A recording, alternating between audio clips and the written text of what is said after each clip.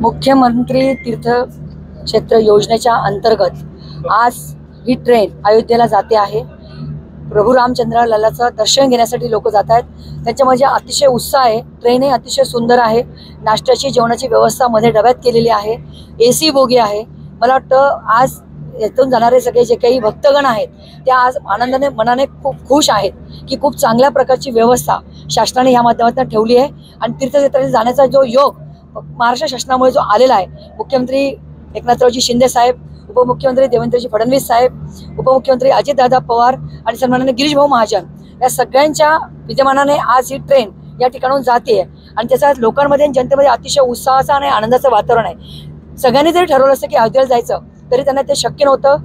प्रत्येकाला घरामध्ये हे पैसे खर्च करून जाण्याची क्षमता सगळ्यांमध्ये नसते, पण शासनाने आज जी काही व्यवस्था ह्या माध्यमातून केली आहे त्यामुळे आज जनतेमध्ये जो काही आनंदाचा आणि उत्साहाचं वातावरण आहे खरोखर बघण्यासारखं आहे। आमच्या केंद्रीय मंत्री रक्षाताई खडसे यांचाही ह्या गोष्टीमध्ये सहभाग त्या ठिकाणी आहे।